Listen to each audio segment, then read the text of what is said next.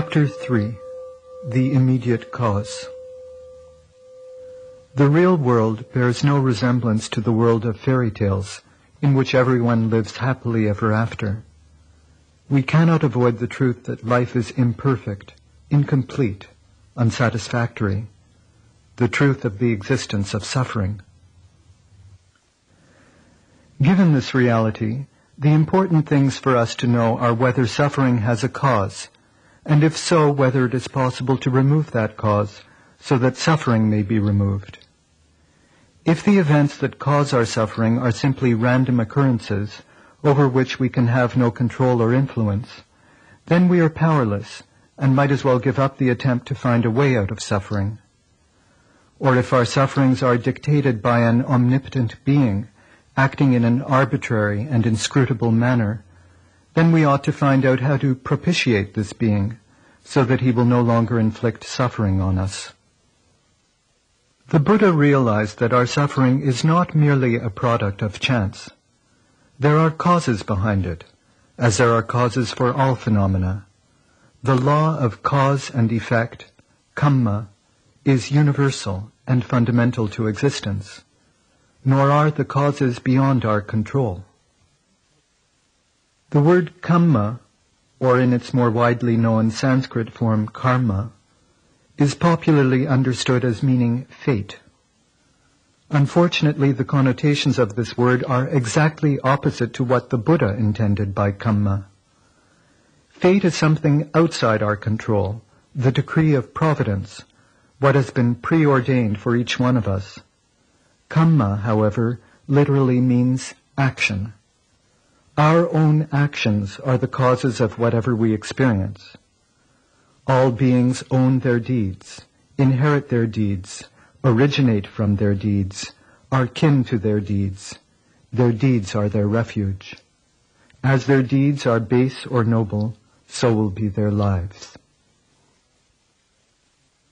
Everything that we encounter in life is the result of our own actions.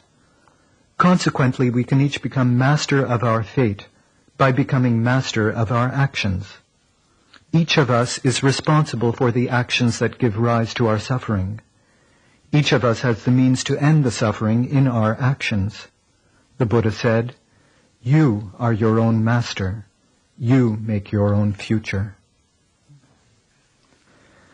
As it is, each of us is like a blindfolded man who has never learnt to drive, sitting behind the wheel of a speeding car on a busy highway. He is not likely to reach his destination without mishap. He may think that he is driving the car, but actually the car is driving him. If he wants to avoid an accident, let alone arrive at his goal, he should remove the blindfold, learn how to operate the vehicle, and steer it out of danger as quickly as possible. Similarly, we must become aware of what we do, and then learn to perform actions that will lead us where we really wish to go. There are 3 types of actions: physical, vocal, and mental. Normally, we attach most importance to physical actions, less to vocal actions, and least to mental actions. Beating a person appears to us a graver action than speaking to him insultingly, and both seem more serious than an unexpressed ill will toward the person. Certainly this would be the view according to the man-made laws of each country. But according to Dhamma, the law of nature, mental action is most important. A physical or vocal action assumes totally different significance according to the intention with which it is done. A surgeon uses his scalpel to perform an emergency life-saving operation, which turns out to be unsuccessful, leading to the death of the patient. A murderer uses his dagger to stab his victim to death. Physically, their actions are similar, with the same effect, but mentally they are poles apart. The surgeon acts out of compassion, the murderer out of hatred. The result each achieves will be totally different according to his mental action. Similarly, in the case of speech, the intention is most important. A man quarrels with a colleague and abuses him, calling him a fool. He speaks out of anger. The same man sees his child playing in the mud and tenderly calls him a fool. He speaks out of love. In both cases, the same words are spoken, but to express virtually opposite states of mind. It is the intention of our speech which determines the result. Words and deeds, or their external effects, are merely consequences of mental action.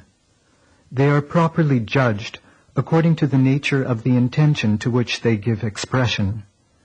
It is the mental action which is the real kamma, the cause which will give result in future.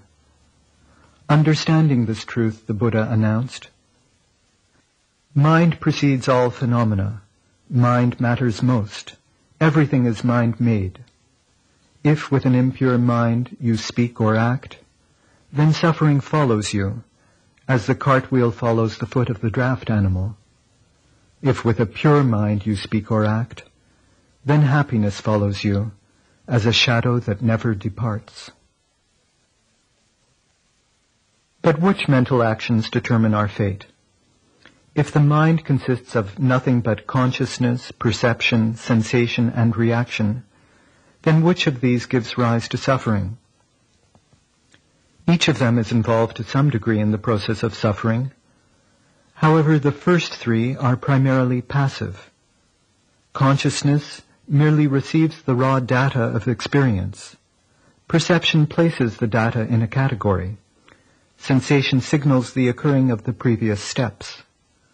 The job of these three is only to digest incoming information.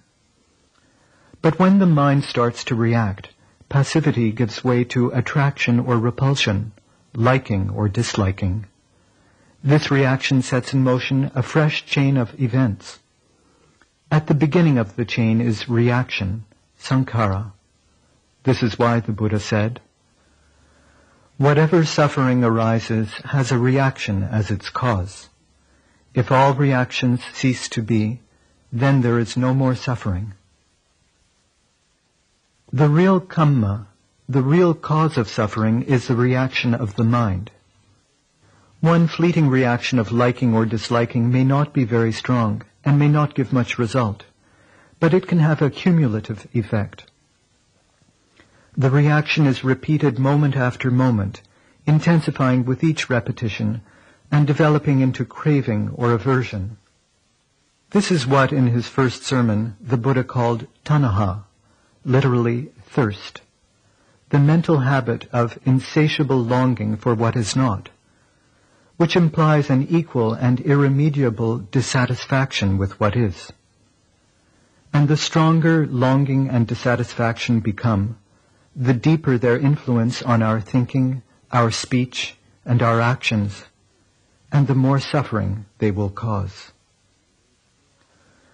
Some reactions, the Buddha said, are like lines drawn on the surface of a pool of water.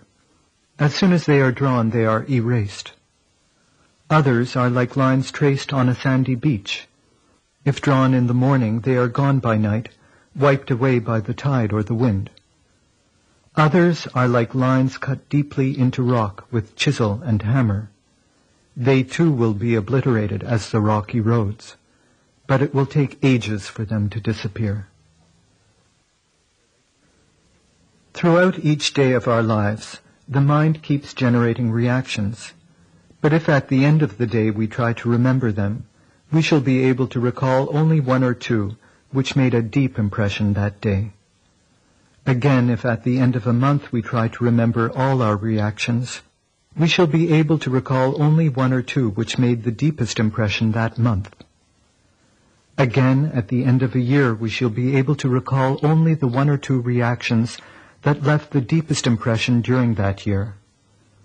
Such deep reactions as these are very dangerous and lead to immense suffering.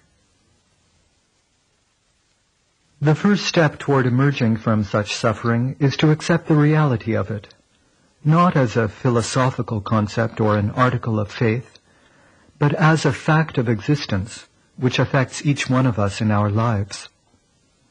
With this acceptance and an understanding of what suffering is and why we suffer, we can stop being driven and start to drive. By learning to realize directly our own nature, we can set ourselves on the path leading out of suffering.